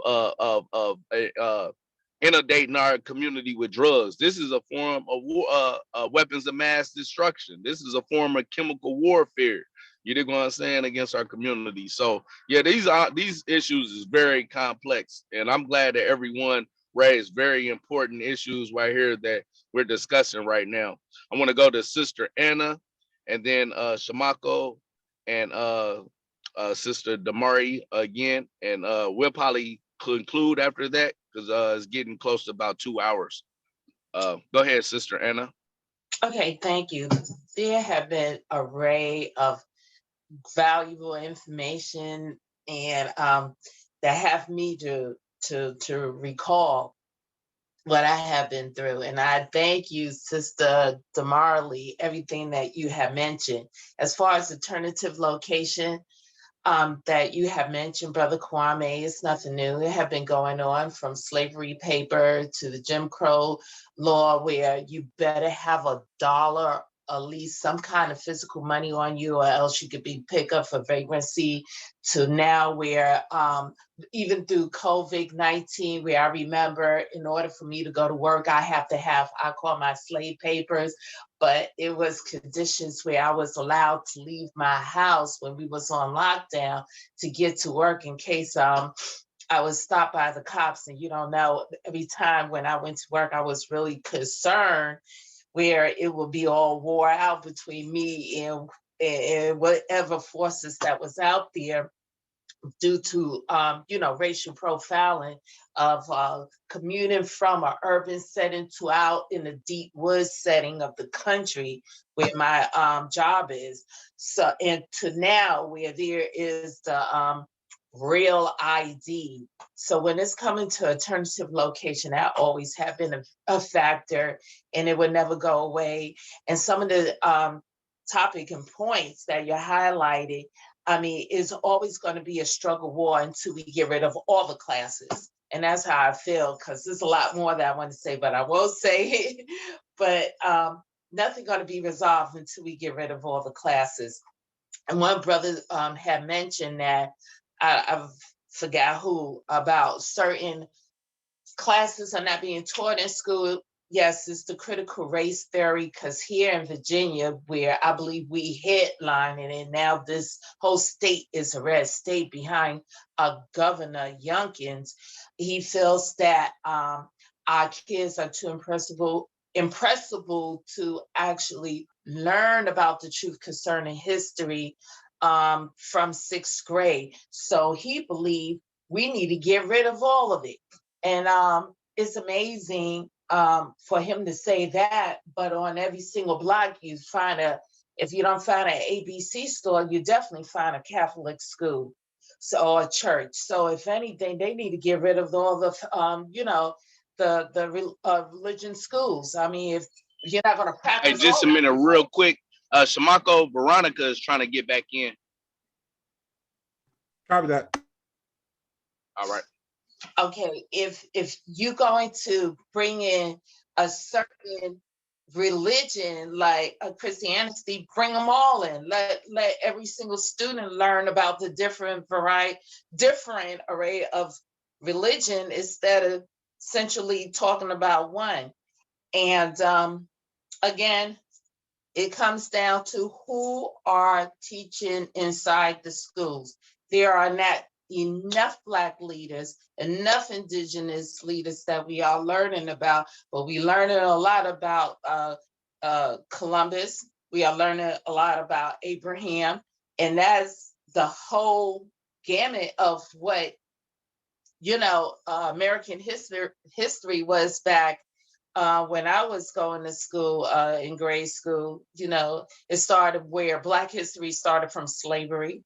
And also, brother, you have, Kwame, you have talked about the numerous of fights, and it goes back to the point that always have been an issue where, people need to look into, again, the child family dynamic, because though I was raised by two parents, but I was raised by two parents where it was at a point where my father had moved out, and he was always a protector. And I remember my two brothers getting the worst type of whipping, but even by looks, I mean, that could be a form of punishment, because my dad had never had hit me or anything like that, but the severe whippings my brothers would get, my father would fight them like they were grown ass men, from my baby brother to my older brother. I was like, dog. My mother had to intervene and say, Thomas, don't kill my babies, because my father was welling on their asses. And you talk about, and also there was another topic regarding school lunches. It is crazy that so much money is being reverted or taken away from the school system regarding children having a proper meal. Because how in the world would they understand? How would the world would they focus? But yet they want to have these children go through all of these type of counseling, when again, the problem could be mitigated by feeding the child. Else the child would not be able to focus. And just one more thing, someone brought about as far as the policing the neighborhoods. There's no way you can take someone who served in the military, who been through the war, have probably PTSD, bring them into a civilian setting and give them the certain type of training like diversity and inclusive that only lasts a week, and think that these officers are culturating. And I feel that the training is poor, and the selection of these people in this position, is deserving, when the best thing for now is to defund the police. They are worthless. And I feel that the one people that can centrally, I wouldn't say patrol or watch, but see all views of what happened, is to have a community review board, not a citizen, but a community review board, where people are culturated in the neighbors, and know that every intervention should not end up with arrest, where you can find out the reason why this person has stole a can of tuna fish is because that person is hungry, instead of sentencing 10 years or life because of previous charges or being grandparent into, a number of other crimes that's all related to that. And nowadays, a lot of people are not just homeless, they houseless. Why pay so much in rent or mortgage? We see obviously real estate have gone down to the tubes, where people say, I'd rather live wonderfully and save money living in a van, or find some other kind of alternative sheltering than to live in unaffordable place like apartment or a house. Because I know in Virginia we have two cities that matter of fact reached the top levels of eviction. One is out in Chesapeake and one is in Norfolk, where I live. Chesapeake rate number 3, I believe, and I know definitely Norfolk rate number 6. And since Virginia is turning into a Las Vegas casino place, two youngins, it's going to be more people who's going to be evicted. And if you see on the news, a lot of tech companies are firing a lot of people. The mail post office are firing a lot of people. Walmart, all of them going to eventually close, which I believe is nothing but a slave slaughterhouse. And it's a number of other places. So I think, for bringing up these valuable topics, subject, especially our sister Demerly, for pointing these out. Black power. Absolutely. I appreciate that, comrade. Yeah, and everything everyone said boils down to one thing to me. We need a new system. Like, it's not going to be reformed in the interest of the people. You know what I mean? It was No. set up this way. This is how the system actually works. You know what I'm saying?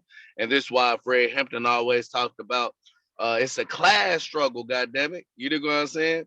At the end of the day, it's not a race struggle. You know what I'm saying? Some of the people that's in power or the people that's at the helm of this imperialist system, they look just like me and you, but they upholding white supremacy as well. You know what I'm saying? You don't have to have a white face to uphold white supremacy. You don't have to have a white face to uphold colonialism. You don't have to have a white face to uphold imperialism. You know what I'm saying? Obama was one of the best examples of that. You know what I mean? At the end of the day, we need a new system, and this is what we have to teach the people, that we have to become that new system as we organize the people. We not outnumbered. We not outnumbered. We just organize, and we have to organize the people. This is what Fred Hampton always talked about all the time. We got to organize the people. You dig what I'm saying? And we just not organize the people just for organization's sake. We organize the people because we need a new system. You dig what I'm saying? We need a system that's going to serve the interests of the people. You know what I mean? And this is what this is all about. And this is what I hope people take away from these book readings with the Second Rainbow Coalition, that this is a class struggle. And when we talk about revolution, we talking about a complete dismantling of the existing systems and its institutions of repression and replacing it with revolutionary institutions of self-determination and liberation of the people. You know what I mean? I don't know if Shamako had anything else, but we're going to let that be the last one. If you do, Shamako, I appreciate everyone that came on tonight and contributed to this conversation. This was probably one of the most richest conversations I've had and I listened to in quite a long time. So I appreciate that a lot of people took a lot from this chapter. Did you have anything, Shamako, that you want to close us out with? It's an excellent. Yeah, Okay. Yeah, that shouldn't. I don't even know why I should have taken that down a long time ago. My bad. That's what's up. All right. Well, again, a pleasure that everyone came out to participate in this. Again, we got another one coming up this Sunday. That's 2 p.m. Eastern time. That's gonna be reading chapter 4. And then Monday we're gonna be reading chapter 5. So make sure you share this with all the group chats of all the member organizations of the Second Rainbow Coalition. As everyone saw today, this is a space for us to start to decolonize, to have these conversations that you might not have ever had with your parents, but wanted to have with your parents, like Shamako talked about, you know what I mean? Have with people in the community, you know what I mean? And this will give us conversations that we can take back to our groups and our community, our loved ones, and help other ones see that, hey, this is only a result of a system. Poverty, houselessness is Sister Anna talked about, police terrorism, brutality. This is a byproduct of a particular system. You dig what I'm saying? And that means if it's a system, we can change it. You dig what I'm saying? And when we change it, we have to change it completely, uproot it from its roots. You dig what I'm saying? And replace it with a system that's gonna really be about the people. So I appreciate everybody coming on here with all the comments and stuff. I hope everyone got something from this discussion today. And with that said, I want to close out with all power to the people, comrades, boots on the ground. Black power. Oh. Everyone have a good night.